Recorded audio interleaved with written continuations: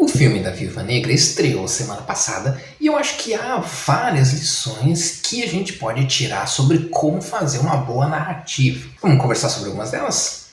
Depois da vinheta. E aí galera, tudo certo? Eu sou o Auguris e hoje eu vou fazer uma coisa um pouco diferente.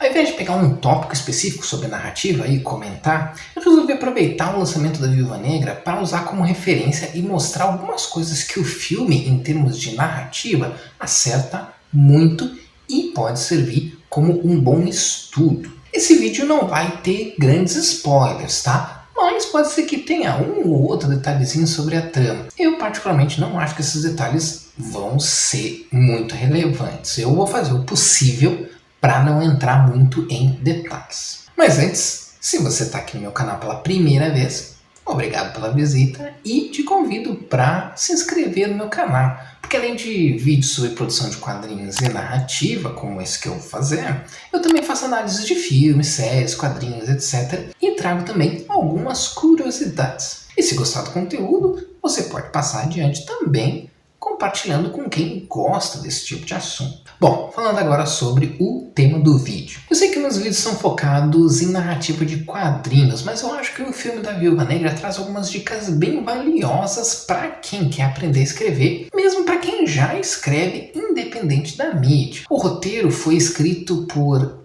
Eric Pearson, baseado numa história de Jac Schaeffer e Ned Benson. A Jac Schaeffer, inclusive, foi também a criadora da série WandaVision. E a direção é de Kate Shortland, que antes foi conhecido por alguns filmes independentes. Então tem aí várias pessoas que botaram a mão na história, ou seja, não dá para dar mérito para uma só pessoa, mas o que importa pra gente é o resultado final e é a versão que eu vou usar para fazer esse vídeo, que afinal de contas é a versão que eu assisti. Então eu separei 5 coisas que servem como lições que eu considero que são bem relevantes de uma forma geral, para a narrativa em geral, mas bem importantes também para a narrativa de quadrinhos. A primeira lição vem logo de cara, tá? Com a sequência de abertura do filme. Se vocês acompanharam os vídeos anteriores, devem lembrar que eu fiz um vídeo sobre esse tema. Vou deixar aqui no izinho para vocês assistirem quem não assistiu. E Viúva Negra dá pra gente um ótimo exemplo de sequência de abertura. A sequência começa com uma situação bem mundana e comum num subúrbio americano, mas rapidamente acaba se tornando uma perseguição frenética. Tudo acontece de forma muito orgânica e te prende desde o começo,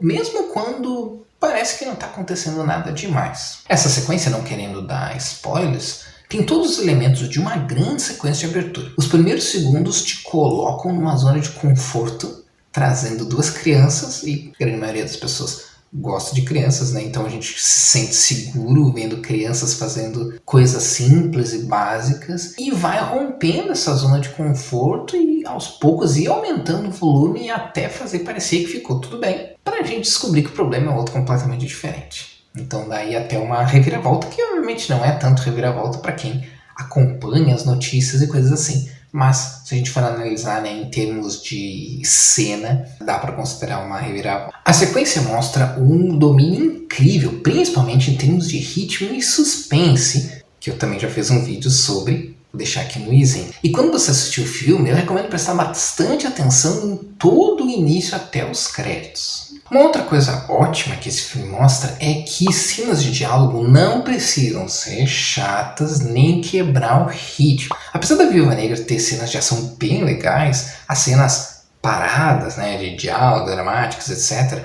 são tão ou até mais legais do que as cenas de ação, que não é tão comum nesse tipo de filme. Eu não costumo ficar emocionado com filmes de super-herói, a não ser em casos bem particulares de memória afetiva, por exemplo, tipo ver todos os heróis juntos contra o Thanos no final do Ultimato. Mas Viúva Negra tem várias cenas que me pegaram de jeito mesmo e que eu realmente não esperava. E o melhor de tudo, essas cenas elas se encaixam muito no ritmo da história de uma forma bem orgânica. Você praticamente não sente quando passa de um tipo de sequência para outro tipo de sequência, para uma sequência mais de diálogo, porque a transição é muito boa. Destaque em particular a cena da Natasha e da família dela na mesa pela primeira vez depois de décadas.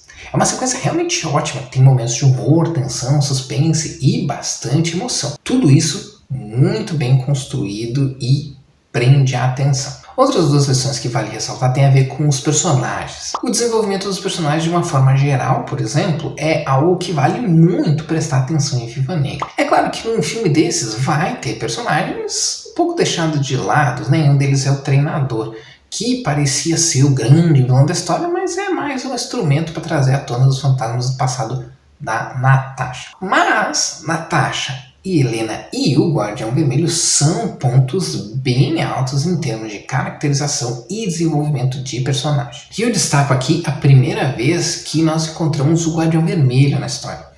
Ele está numa prisão, fazendo queda de braço com todo mundo por diversão, porque ninguém é capaz de vencer ele, né? É quase como se fosse um Capitão América russo. E contando histórias do tempo de glória dele. E ele fica muito, muito incomodado quando alguém questiona essas histórias do tempo de glória, que talvez não sejam exatamente verdade. Fica muito claro no diálogo, no estilo visual do personagem e na própria cena em si, como ela foi construída, onde ela foi colocada, etc., que a gente está diante de um personagem completamente destruído e que é apenas uma sombra do que já foi e que tenta se sentir bem relembrando seus dias de glória. A outra lição relacionada a personagens é a respeito do uso do humor. Várias pessoas criticam o uso do humor nos filmes da Marvel, mas a verdade é que, mais frequente do que não, o humor não está ali só para deixar a história mais leve, ela está ali também para ajudar a construir o personagem. E Viúva Negra faz isso muito bem com vários dos personagens, mas principalmente com o Guardião Vermelho.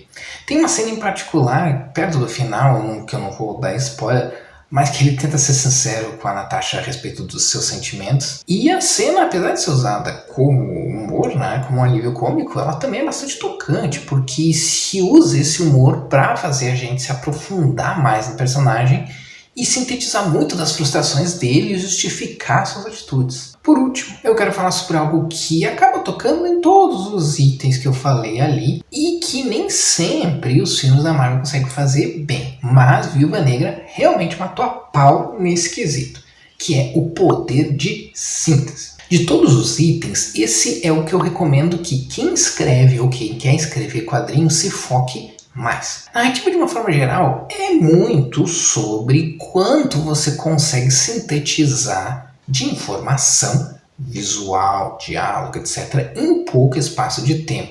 É claro que você vai ter mais ou menos disso dependendo do projeto que está trabalhando, mas os quadrinhos em particular exigem um poder de síntese imenso, principalmente se você está trabalhando uma história que dura poucas páginas. Lembre que quando o leitor entra numa história, você tem que explicar para ele quem é o personagem, que contexto ele vive, qual é o dilema que ele está enfrentando, por que isso é importante, etc, etc.